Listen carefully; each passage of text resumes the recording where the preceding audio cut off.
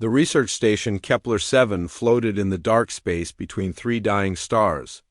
Its massive hull stretched for miles in every direction, housing laboratories and containment facilities that held the most dangerous creatures the galaxy had ever known. Dr. Jake Morrison walked through the main corridor, his footsteps echoing against the metal walls as he made his way to the xenobiology lab. Jake had been working on the station for 2 years now, studying alien predators alongside scientists from 12 different species. At 34 years old, he was considered young for such dangerous work, but his expertise in predatory behavior had earned him a place on the most elite research team in known space. His brown hair was always slightly messy from running his hands through it when he was thinking, and his green eyes held the patient look of someone who spent his days observing the deadliest creatures in the universe. The xenobiology lab was enormous, filled with observation screens, analysis equipment, and containment monitoring systems.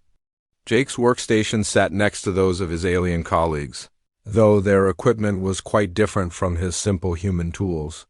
Commander Zix of the Vorthan species worked at a console that projected holographic displays directly into his 4 eyes. The Vorthans were tall and thin, with gray skin that seemed to shimmer under the artificial lights. Zix had been the station commander for over a decade, and he never let anyone forget it. "Ah, the human arrives," Zix said without looking up from his displays. His voice had a musical quality that made even his insults sound almost pleasant. "I was wondering when you would join us for today's observations." Jake checked his watch and frowned. "I'm actually 3 minutes early," he said, settling into his chair. "The specimen feeding isn't scheduled for another hour." "Perhaps by human standards," Zix replied, his 4 eyes finally turning toward Jake. "But those of us with more advanced nervous systems have already begun our preliminary analysis." Dr. Neela looked up from her own workstation, her ethereal features showing mild disapproval. The Etherians were beautiful creatures, with pale blue skin and silver hair that seemed to move on its own. They were known throughout the galaxy for their grace and intelligence, though they had a tendency to look down on what they considered lesser species. "Commander Zix," she said in her soft voice, "perhaps we should focus on the work rather than species comparisons." Zix made a sound that might have been laughter. "Of course, Dr. Neela, though I must say, it continues to amaze me that the Galactic Council saw fit to include humans in this research. No offense intended, Jake, but your species is so limited." Jake had heard variations of this conversation many times before. To most of the galaxy, humans were seen as weak and slow. They lacked the natural armor of the Storians, the speed of the Quicklings, or the advanced neural processing of the Vorthans. Earth was considered a relatively peaceful world, and humans were thought to be soft creatures who had succeeded only through their ability to cooperate and build tools. "None taken," Jake said, pulling up his own data displays. "We all have our strengths." Crack, the Storian security officer, made a rumbling sound that served as his species' form of laughter. The Storians were massive creatures standing nearly 8 feet tall and covered in thick, natural armor plating.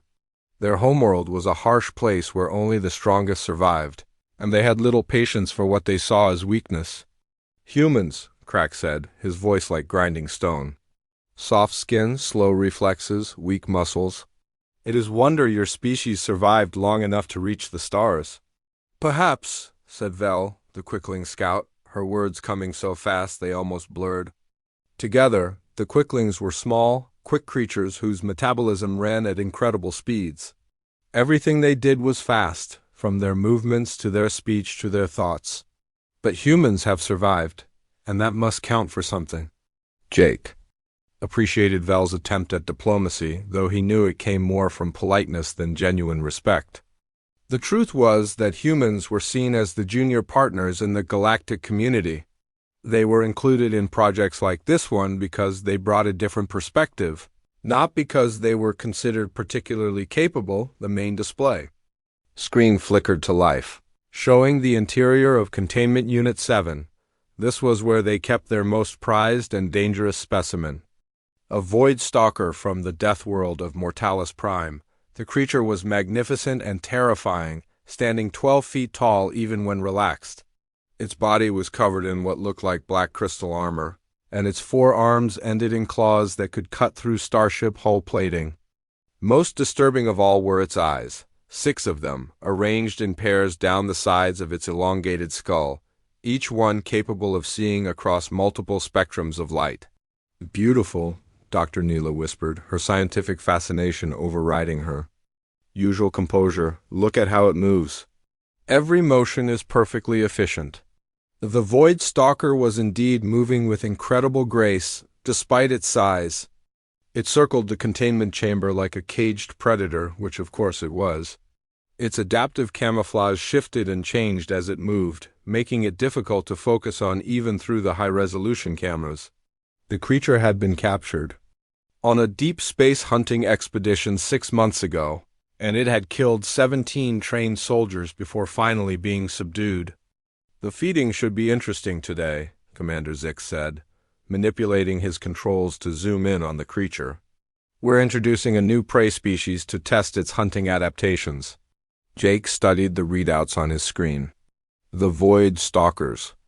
Vitals were steady, but there was something in its movement patterns that suggested agitation. "It seems more active than usual," he observed. "Perhaps it senses the approaching meal," Crack suggested. "Predators often become excited before a hunt." "Or perhaps it senses something else," Jake said quietly. Though he wasn't sure what he meant by that, the containment chamber was a marvel of engineering, built with force fields, energy barriers, and physical walls that could withstand the firepower of a small warship. The Void Stalker had tested every inch of its prison in the first weeks of its captivity, but the barriers had held. Still, Jake couldn't shake the feeling that the creature was planning something. "The prey animal is being introduced now," Dr. Neela announced, her fingers dancing over her controls. A small creature, about the size of a house cat, materialized in the chamber through the transport system. It was a fluff ball from the peaceful world of Gentiana, chosen specifically because it had no natural defenses. The ethics committee had approved its use only because fluffballs reproduced so quickly that they were considered a renewable resource. The Void Stalkers. 6 eyes locked onto the small creature immediately. Its body went completely still, and even its adaptive camouflage stopped shifting. For a moment, predator and prey simply stared at each other across the chamber. Then the hunt began. The Void Stalker moved with liquid grace, its claws extending to their full length as it approached. The fluffball. The small creature tried to run, but there was nowhere to go in the confined space. The predator's movements were almost too fast to follow, even with the advanced camera systems. "Remarkable," Commander Zix breathed. "Look at how it compensates for the limited space. It's adjusting its hunting style in real time." Jake watched the display with growing unease. There was something about the way the Void Stalker moved that reminded him of something, though he couldn't place what. The creature's hunting pattern was efficient, yes, but there was also something almost playful about it. It wasn't just killing for food, it was enjoying the hunt itself. The fluffball's end came quickly, which was a mercy. The Void Stalker dispatched it with a single swipe of its claws, then settled down to feed. But even as it ate, its 6 eyes continued to scan the chamber, as if looking for something else. "Feeding complete," Dr. Neela announced. "All systems nominal." Jake continued to watch the creature as his colleagues began their post-feeding analysis. The Void Stalker had finished its meal and was now grooming itself, running its claws through the crystal-like armor plating on its arms. But those 6 eyes kept moving, scanning, searching. "Jake," Vel said, her words coming in her typical rapid-fire delivery. "You look concerned? Is something wrong with the data?" Jake shook his head slowly. "No, the data looks fine. It's just ... He paused, trying to put his unease into words.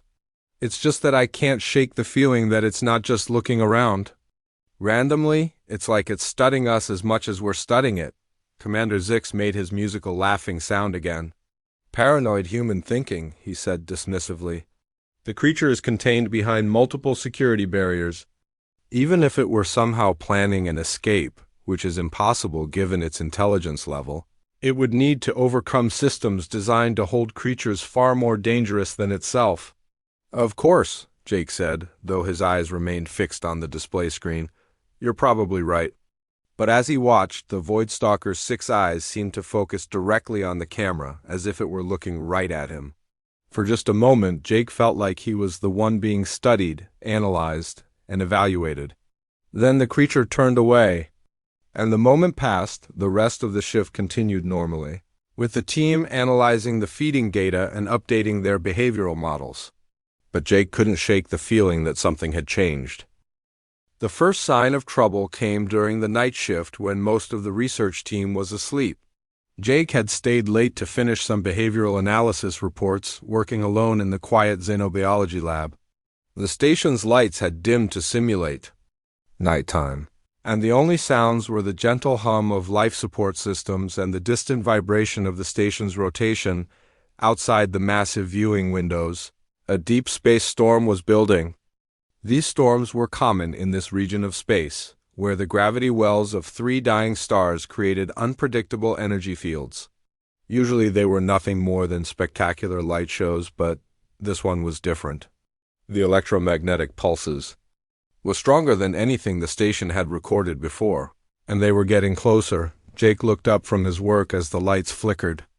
The emergency lighting system kicked in for a moment, casting everything in a red glow before the main power returned. He frowned and saved his work, then checked the station's status displays. Everything showed green, but something felt wrong. The storm hit without warning. One moment the station was running normally, and the next moment alarms were blaring throughout the corridors. Jake grabbed his desk as the entire station shuddered under the impact of the electromagnetic wave. The lights went out completely, plunging the lab into darkness. Emergency power kicked in after a few seconds, but Jake could already hear the sounds of systems failing throughout the station. His computer screen flickered back to life, showing red warning messages cascading down the display. Power grid failure. Life support switching to backup systems. Artificial gravity fluctuating. But the message that made Jake's blood run cold was the one at the bottom of the screen. Bio-containment systems experiencing critical failures. Jake's hands flew over his keyboard, pulling up the containment status displays. Most of the holding cells were still secure, their backup power systems functioning normally. But several of the deeper levels were showing yellow warnings and Containment Unit 7 was flashing red. No, Jake whispered, staring at the screen, not that one. He activated the emergency communication system, trying to reach Commander Zix or any other senior staff member. Static filled the speakers, broken by occasional fragments of panicked voices. The storm was interfering with internal communications, making it almost impossible to coordinate a response. Jake stood up and headed for the door, but it wouldn't open. The security lockdown protocols had activated automatically when the containment systems failed, sealing off sections of the station to prevent any escaped specimens from spreading. He was trapped in the lab while the most dangerous creature in the galaxy might be breaking free. The containment display showed that Unit 7's primary barriers were still holding, but the backup systems were failing one by one. The Void Stalker would be sensing the weakness in its prison, testing every barrier as the power fluctuated. Jake knew that if even one more system failed, the creature would be loose in the station. He tried the communication system again, finally getting through to the security station. Crack's voice came through the speakers, distorted by static but unmistakably agitated. All personnel remain in current locations, Crack's voice rumbled through the interference. Multiple containment breaches on levels 7 through 12. Security. Teams responding to all incidents. Jake felt a chill run down his spine. If there were multiple breaches, the security teams would be spread thin trying to contain the various escaped specimens. The Void Stalker might not be their highest priority, at least not until it was too late. He pulled up the station's internal sensor network, trying to get a better picture of what was happening. The lower levels were chaos with various alarms, showing escaped creatures throughout the research decks. Most of them were relatively harmless, but there were several that could pose serious threats to the station's crew. Then he saw it. The display for Containment Unit 7 showed a critical failure in the energy matrix. The primary containment field was holding, but just barely. The Void Stalker was testing the weakened barriers, pressing against them with increasing force. Jake activated his personal communicator, trying to reach anyone who might be in a position to help. Dr. Neela's voice came through first, shaky and frightened. "Jake, is that you?" she whispered. "I'm trapped in the hydroponics bay on level 9. Something is hunting me. I can hear it moving through the plants, but I can't see it." Jake's heart pounded as he realized what she was describing. The Void Stalker's adaptive camouflage would make it nearly invisible among the dense vegetation of the hydroponics bay. If it had already escaped, Dr. Neela was in terrible danger. "Neela, listen carefully," Jake said, trying to keep his voice calm. "You need to stay absolutely still. Don't make any sudden movements. The creature hunts by motion and sound." "I can't," she replied, her voice breaking. "It's getting closer." "I can feel it watching me." Jake looked at the containment display again. The energy readings were dropping rapidly, and several of the backup systems had gone offline completely. Whatever was hunting Dr. Neela, it wasn't the Void Stalker. Not yet, but that would change very soon. He tried to contact Commander Zix, but got only static. The Vorthan commander was probably coordinating the response from the main control center. Assuming he was still alive, Jake had no way of knowing how many casualties there had been in the initial breaches. The station shuddered again as another electromagnetic pulse washed over it.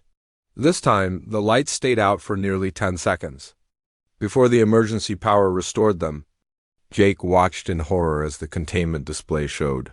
Unit 7's energy matrix collapsed completely. The Void Stalker was free. For a moment, nothing happened. The creature's holding cells showed no movement, no sign that the barriers had failed. Then Jake remembered what he had observed during the feeding sessions. The Void Stalker was intelligent, far more so than they had given it credit for. It would be testing its freedom carefully, making sure the barriers were truly down before making its move. Jake's communicator crackled to life again, this time with Val's rapid-fire speech. Jake, are you there? The security systems are failing everywhere. Crack is trying to organize the response teams, but we're losing contact with whole sections of the station." "Val, where are you?" Jake asked, still watching the containment display. "Command center with Zix. We're trying to restore power to the critical systems, but the storm is interfering with everything. How are the specimens in your section?" Jake looked at the display showing Unit 7. The Void Stalker had begun to move, slowly approaching the area where the containment field had been. Its 6 eyes were scanning the chamber, and Jake could see the intelligence behind them as it realized it was truly free. "We have a problem," Jake said quietly. "The Void Stalker is out." Silence filled the communicator for several seconds. Then Val's voice came back, even faster than usual. "That's impossible. Unit 7 has triple redundancy. Even with the storm, the barriers should hold." "The barriers are down," Jake said, watching as the creature began to test the physical walls of its former prison. "It's not just wandering around randomly, it's hunting." As if to confirm his words, the station's internal sensors picked up movement in the corridors near Unit 7. The Void Stalker had found a way out of its chamber and was now loose in the station's ventilation system. Its adaptive camouflage made it nearly impossible to track, but Jake could see the subtle signs of its passage as it moved through the ducts. "All security teams to level 7. Crack's voice boomed through the emergency communication system. "Containment breach in Unit 7, lethal force authorized?" Jake knew that lethal force would be useless against the Void Stalker. The creature's crystal armor could withstand direct hits from military-grade weapons, and its regenerative abilities meant that even serious injuries would heal within minutes. The security teams would be walking into a massacre. He tried to track the creature's movement through the sensor network, but it was moving too quickly and too cleverly. The Void Stalker knew the station's layout somehow, navigating through the ventilation system like it had studied the blueprints. It was heading toward the inhabited sections of the station, where it would find prey. Dr. Neela's voice came through. The communicator again, barely a whisper. "Jake, it's here." I can see its eyes in the darkness, 6 of them, watching me. Jake's blood ran cold. The creature in the hydroponics bay hadn't been the Void Stalker at all. It had been one of the other escaped specimens, probably a shadow crawler from the mid-level containments. But now the real threat was there, and Dr. Neela was trapped with the most dangerous predator in the galaxy. "Neela, you need to run," said, knowing it was probably useless advice. "Get to the emergency shelter behind the water recycling unit." "I can't move," she whispered. "It's blocking the only exit. It's just standing there, staring at me." Jake realized with growing horror that the Void Stalker was playing with her. The creature could have killed Dr. Neela instantly, but it was choosing to terrorize her instead. This wasn't just predatory behavior. It was cruelty. He looked at the sealed door of the lab, knowing that the emergency locks wouldn't open until the containment crisis was resolved. But Dr. Neela didn't have time to wait for the security teams to restore order. The Void Stalker would tire of its game soon. Jake ran through the station's corridors with only the red emergency lighting to guide him. The walls shook around him as more electromagnetic pulses from the storm hit the station's hull. Sparks flew from damaged control panels, and the acrid smell of burning electronics filled the air. Behind him, he could hear the sounds of other escaped creatures moving through the ventilation system. But his focus was entirely on reaching the hydroponics bay. The station's layout had become a maze of sealed blast doors and emergency barriers. Jake had to take several detours, using maintenance tunnels and service corridors to navigate around the automatic lockdowns. His breathing was heavy by the time he reached level 9, and sweat was running down his face despite the cool air. He paused at a junction, checking his handheld scanner for any signs of the Void Stalker. The device showed multiple life forms moving throughout the station, but the creature's adaptive abilities made it nearly impossible to distinguish from the background readings. Jake would have to rely on his own senses once he entered the hydroponics. The door to the hydroponics section was partially open, its automatic systems damaged by the power fluctuations. Jake squeezed through the gap and found himself in a vast chamber filled with growing plants from dozens of different worlds. The vegetation was thick and lush, creating a maze of green walls and hanging vines. The air was humid and warm, filled with the rich scent of growing things. Jake moved carefully through the narrow pathways between the plant beds, his eyes scanning for any sign of movement. The emergency lighting cast strange shadows through the leaves, making it difficult to see more than a few feet in any direction. He activated his communicator, speaking in a whisper. "Neela, I'm in the hydroponics bay. Where are you?" Her voice came back immediately, barely audible. "Near the water recycling unit, behind the tomato plants." "Jake, you shouldn't have come here. It's still watching me." Jake moved deeper into the chamber, following the sound of her voice. The water recycling unit was located in the center of the bay, surrounded by some of the station's most productive food crops. As he approached, he could see Dr. Neela crouched behind a tall stand of earth tomatoes, her silver hair dim in the red light, but he could also see the Void Stalker, the creature, was magnificent and terrifying, even more imposing in person than it had been on the monitoring screens. It stood 12 feet tall, its body covered in the black crystal armor that had made it nearly invulnerable to conventional weapons. Its 4 arms hung at its sides, each ending in claws that gleamed like polished metal. But it was the eyes that truly unsettled Jake, 6 of them, arranged in pairs down the sides of its elongated skull, all focused on Dr. Neela with predatory intensity. The Void Stalker's adaptive camouflage was active, making its form shimmer and shift like heat waves. It wasn't fully invisible, but it was difficult to focus on, as if Jake's eyes wanted to slide away from it. The creature stood perfectly still, blocking the only clear path to the exit, just as Dr. Neela had described. Jake realized that the Void Stalker had heard his approach. One pair of its 6 eyes turned toward him, studying him with the same cold intelligence it had shown Dr. Neela. The creature was evaluating this new factor in its hunt, deciding whether Jake represented a threat or simply another piece of prey. "Jake," Dr. Neela whispered, her voice filled with terror. "It knows you're here." Jake stepped into the open area around the water recycling unit, making no attempt to hide. The Void Stalker's remaining eyes focused on him, and he could feel the weight of its attention like a physical thing. The creature's head tilted slightly, as if it were curious about this new arrival. "Get out of here," Jake said quietly, never taking his eyes off the predator. "Both of you need to leave now." Commander Zix's voice came through Jake's communicator, distorted by static but clearly agitated. "Jake, what are you doing? The security teams are on their way. You must evacuate immediately." Jake reached down and turned off his communicator without responding. The Void Stalker's eyes tracked the movement, and Jake could see the creature's muscles tensing slightly. It was preparing to move, though whether to attack or simply reposition itself, Jake couldn't tell. "You can't fight that thing, Dr. Neela," said her voice rising slightly. "Jake, please, we need to wait for the security teams." Jake shook his head slowly, his eyes still locked on the Void Stalker. "The security teams won't be able to stop it. Their weapons are useless against its armor, and it's too fast for them to track effectively." The creature took a step forward, its massive form moving with liquid grace. Jake could see the intelligence behind its actions as it positioned itself to cut off any escape routes. The Void Stalker wasn't just hunting. It was thinking, planning, adapting to the situation. "Then what are you going to do?" Dr. Neela asked.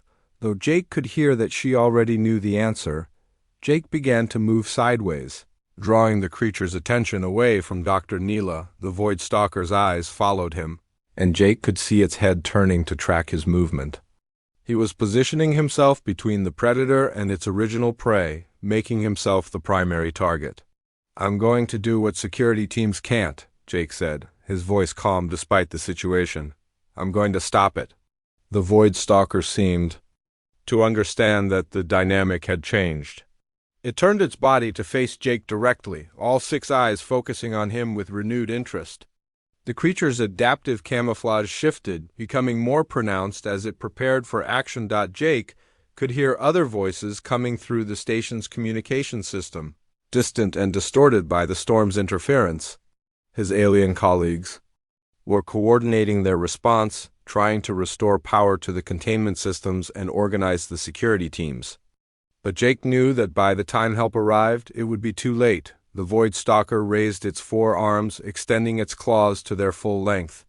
Each claw was nearly a foot long, sharp enough to cut through starship armor and strong enough to tear through reinforced barriers. The creature's posture was perfectly balanced, ready to strike in any direction. Jake had no weapons, no armor, no advanced technology to help him. He was exactly what his alien colleagues had always said he was: a soft, slow, weak human facing a creature that evolution had designed to be the perfect killer. But as he looked at the Void Stalker, Jake felt something stirring inside him that his colleagues had never seen. He dropped into a fighting stance, his feet spread wide and his hands raised in front of him. The movement was fluid and natural, as if he had done it thousands of times before. The Void Stalker's eyes tracked his motion, and Jake could see something that might have been surprise in the creature's expression. "Jake, no," Dr. Neela whispered. "You can't fight that thing with your bare hands."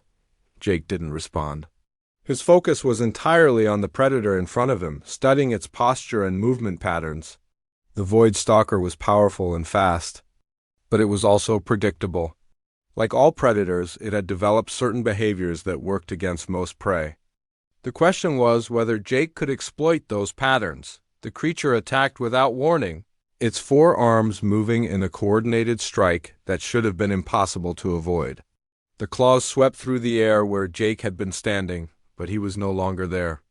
He had moved at the last possible moment, sliding under the creature's reach and positioning himself at its side. The Void Stalker spun with incredible speed, trying to catch Jake with a backhand swipe. But Jake was already moving again, his body flowing around the creature's attacks like water around a stone. He wasn't trying to overpower the predator.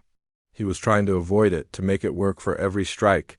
The creature's 6 eyes tracked Jake's movements, and he could see frustration beginning to show in its body language. The Void Stalker was accustomed to prey that either fled in terror or stood and fought directly. Jake was doing neither. and it was clearly unsettling the predator. Jake ducked under another swipe of the creature's claws, feeling the wind from the mist strike ruffle his hair. He was close enough now to see the individual scales in the void, Stalker's armor, close enough to smell the alien scent of its breath. But he was also close enough to strike back. His hand shot out, striking the creature in what appeared to be a joint between two armor plates. The Void Stalker made a sound. That was part roar and part surprise, stumbling slightly from the unexpected counterattack. Jake had found a vulnerable spot, and the creature now knew that this prey was dangerous. The predator's stance changed, becoming more cautious. It began to circle Jake, keeping all 6 eyes on him as it looked for an opening. But Jake was circling, too, matching the creature's movements and keeping himself positioned to avoid its most dangerous attacks. Dr. Neela watched from her hiding place, her eyes wide with disbelief. What she was seeing should have been impossible. A human, unarmed and unarmored, was not only surviving against the galaxy's most dangerous predator, but actually forcing it to be cautious. Throughout the station, other members of the research team were monitoring the situation through the security cameras. Commander Zix stood in the control center, his 4 eyes fixed on the displays showing the hydroponics bay. His musical voice was silent for once as he tried to process what he was witnessing. "This is impossible," he finally said. "Humans don't fight like this." The Void Stalker's attack came with the speed of lightning and the force of a meteor strike. All 4 of its clawed arms swept toward Jake in a coordinated pattern that should have torn him apart instantly. The creature's movements were so fast that Dr. Neela couldn't even follow them with her eyes, but somehow Jake was no longer where the claws struck. He had moved at the exact moment of the attack, not away from the creature but toward it. Jake slipped between the Void Stalker's arms like smoke, his body twisting in ways that seemed to defy the laws of physics. His shoulder brushed against the creature's chest armor as he passed.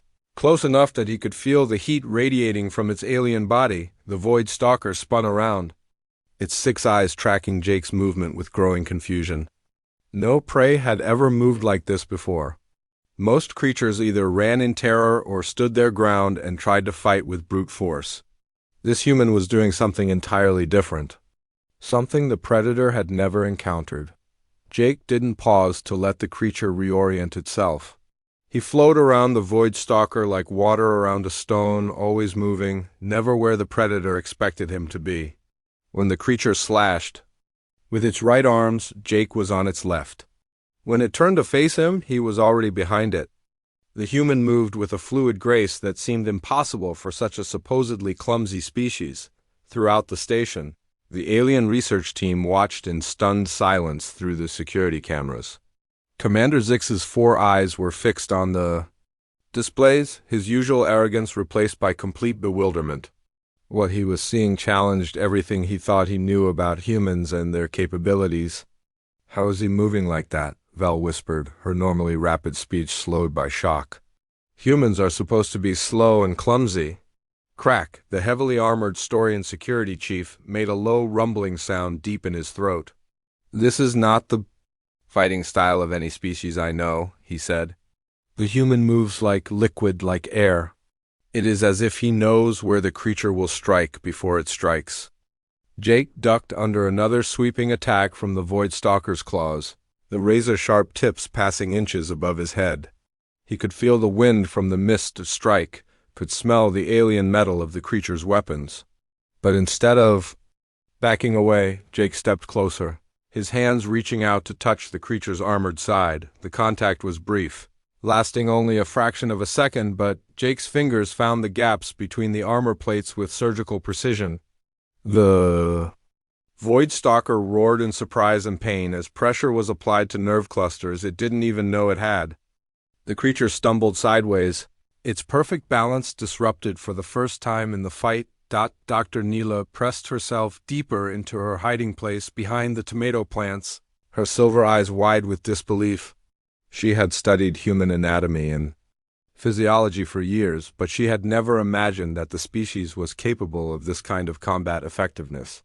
Jake was fighting the galaxy's most dangerous predator with nothing but his bare hands. And he was winning, the Void Stalker recovered. quickly from Jake's unexpected attack, its adaptive intelligence already working to understand this new type of threat. The creature changed its fighting style, becoming more cautious and defensive. It began to use its superior reach and strength, trying to keep Jake at a distance where its claws could do damage, but Jake adapted too. When the creature tried to maintain distance, he closed the gap with movements that were almost too fast to follow. When it tried to corner him against the plant beds, he used the vegetation as cover and concealment. The human was fighting not just with his body but with his mind, turning every element of the environment to his advantage. The battle intensified as both combatants began to understand their opponent's capabilities. The Void Stalker's attacks became more precise and calculated, its 6 eyes tracking Jake's movement patterns and trying to predict his next position. But Jake's responses became more aggressive too, his defensive movements flowing seamlessly into counterattacks that targeted the creature's weak points. Jake's hand shot out again, this time striking a joint in the creature's left arm. The Void Stalker's roar echoed through the hydroponics bay as alien blood began to seep through the gaps in its armor. The creature was actually being hurt by a supposedly defenseless human, and the shock of that realization was almost as damaging as the physical injury. In the command center, Commander Zix was frantically trying to understand what he was witnessing. "Run analysis on the human's movement patterns," he ordered his computer systems. "Compare them to known fighting styles from all species in the Galactic database." The results came back within seconds, but they only deepened the mystery. "No matches found," the computer announced in its neutral voice. "Human combat techniques do not correspond to any recorded fighting disciplines." Vel was studying the biometric readings from Jake's personal monitor, her quick mind racing through the data. "His heart rate is elevated but stable," she reported. "Adrenaline levels are high, but not extreme. It's as if this kind of fighting is natural for him." Crack watched Jake dodge another series of attacks from the Void Stalker, his professional soldier's eye analyzing the human's technique. "He fights like a predator," the Storian said slowly. "Not like prey defending itself, but like a hunter that has found dangerous quarry." The observation sent a chill through the command center. The alien researchers had always assumed that humans were prey animals that had somehow managed to develop technology before being eaten by more dangerous species. The idea that they might actually be predators themselves had never occurred to any of them. Jake's movements were becoming more fluid and instinctive as the fight continued. He wasn't thinking about his next move.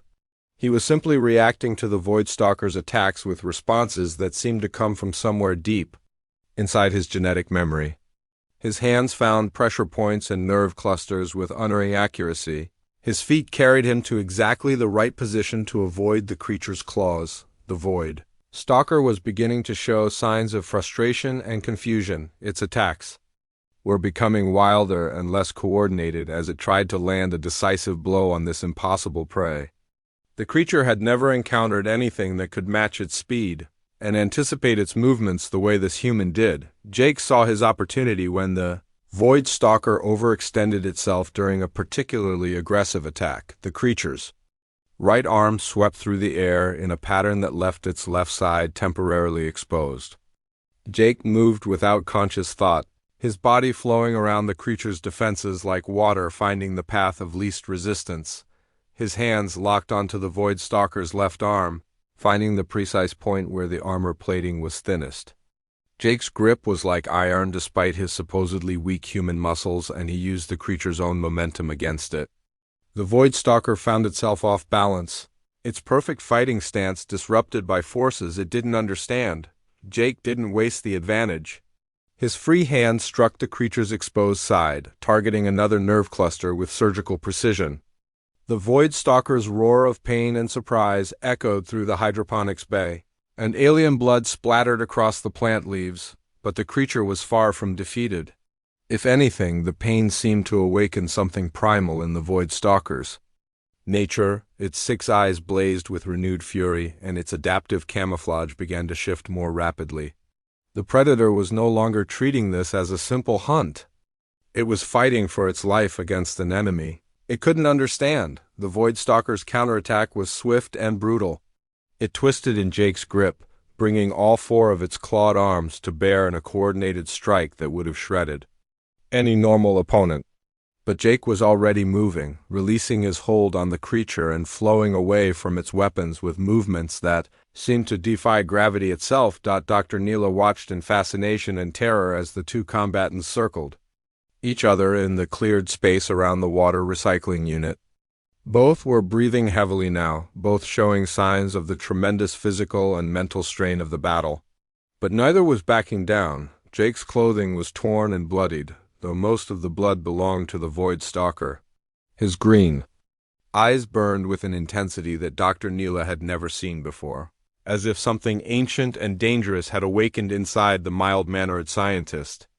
This wasn't the same human who had worked quietly at his research station for the past 2 years. The Void Stalker's armor was cracked in several places, alien blood seeping through the gaps where Jake's precise strikes had found their mark. The creature's movements were still fluid and deadly, but there was a hesitation in its attacks now, a wariness that hadn't been there before. In the command center, the alien research team continued to watch in stunned silence. Everything they thought they knew about humans was being rewritten before their eyes. The weak, slow, defenseless species they had patronized and dismissed was proving to be something entirely different. "Increase security around all human personnel immediately," Commander Zix ordered, his musical voice shaking slightly. "If they are all capable of this kind of violence, we need to reassess our safety protocols." But Vel was studying the psychological profiles of the human crew members, her quick mind already reaching a different conclusion. "I don't think they all know," she said quietly. The end came suddenly and with devastating finality. The Void Stalker lunged forward with all four arms extended, its 6 eyes blazing with predatory fury as it committed everything to one final attack. The creature's claws swept through the air in a pattern that should have been impossible to escape, covering every angle and leaving no room for evasion. But Jake didn't try to evade. Instead, he stepped directly into the attack, moving forward when every instinct should have told him to move back.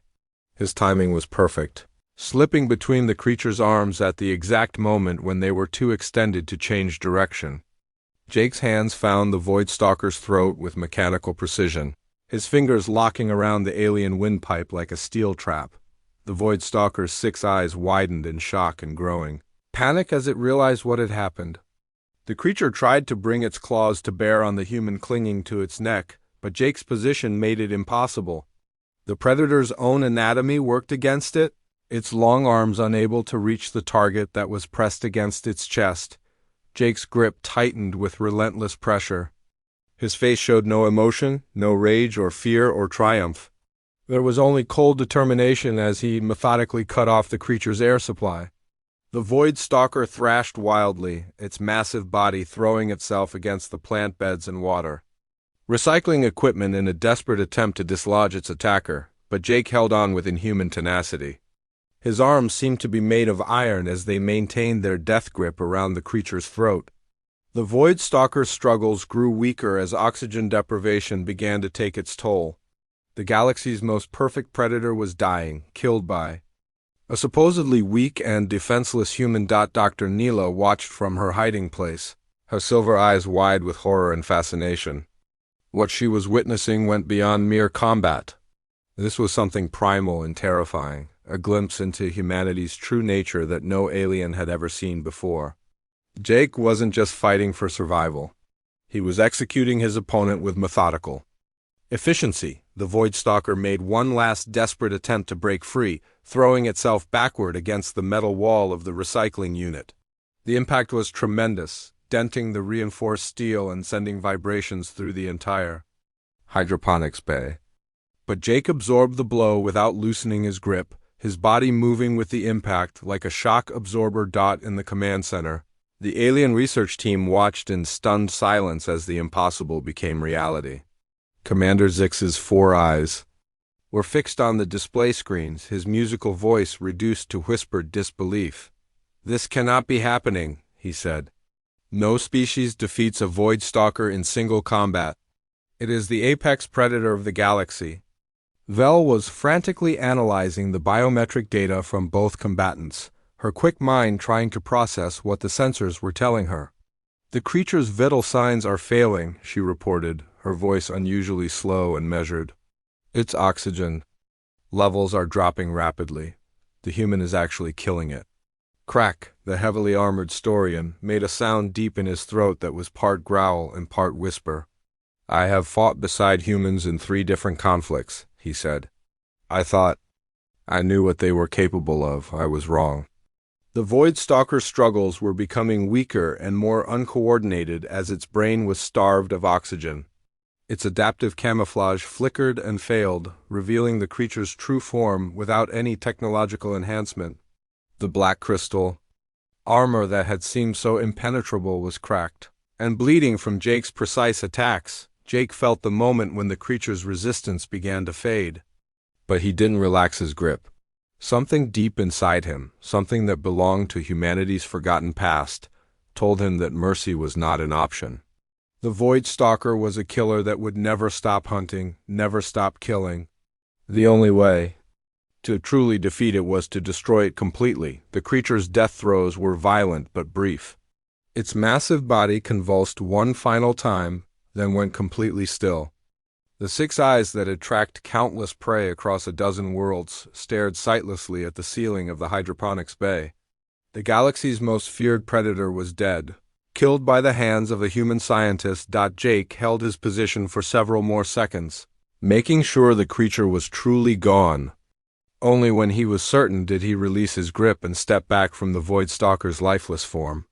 His clothes were torn and stained with alien blood, but he showed no signs of serious injury. Dr. Neela emerged from her hiding place behind the tomato plants, moving slowly and carefully toward Jake.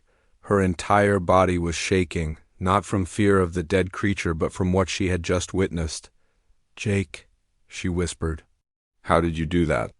Jake looked down at his hands as if seeing them for the first time. They were covered in the Void Stalker's dark blood, but they were steady and strong. "I don't know," he said quietly. "I just did what needed to be done." The hydroponics bay fell silent except for the gentle hum of the water recycling systems and the distant sounds of emergency crews working throughout the station. The storm outside was beginning to fade, and power was slowly being restored to the damaged systems.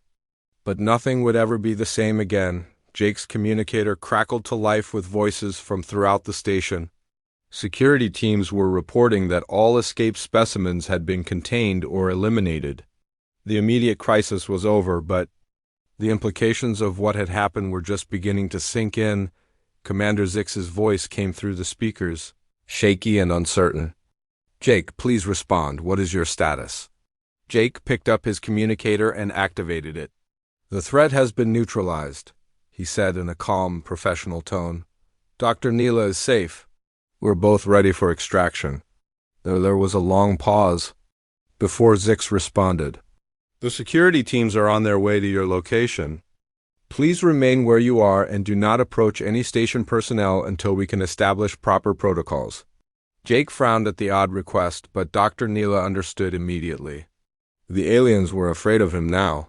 They had seen what humans were truly capable of when pushed to their limits, and it terrified them. Over the next hour, the station slowly returned to normal operations. The escaped specimens were secured, the damaged systems were repaired, and the electromagnetic storm finally passed. But the research team's relationship with their human colleagues had changed forever. Jake submitted his report on the incident, describing the Void Stalker's escape and subsequent termination in clinical, scientific terms. He made no mention of his own feelings during the fight, no attempt to explain how he had known exactly where and how to strike the creature. The report read like any other containment breach summary, as if killing the galaxy's most dangerous predator with his bare hands was simply part of his job. But the alien members of the research team knew better. They had seen the footage from the security cameras, analyzed the biometric data, and witnessed something that challenged everything they thought they knew about the universe. Dr. Neela requested a transfer to a different research station within a week of the incident. During her exit interview, she was asked about her experience working with humans. Her response was brief but telling. "I thought I understood them," she said. "I was wrong?" Commander Zix updated the galactic database with new information about human capabilities, though he struggled to find words that would adequately convey what he had witnessed. His final report contained a single line that would change how the galaxy viewed humanity forever. Previous assessments of human physical and combat capabilities were severely understated. Crack, the story and security chief, made his own additions to the military databases. His recommendations were simple and direct. Never underestimate human personnel in combat situations. Their capabilities exceed all previous projections. Vel, the Quickling Scout, spent weeks analyzing the video footage of Jake's fight with the Void Stalker.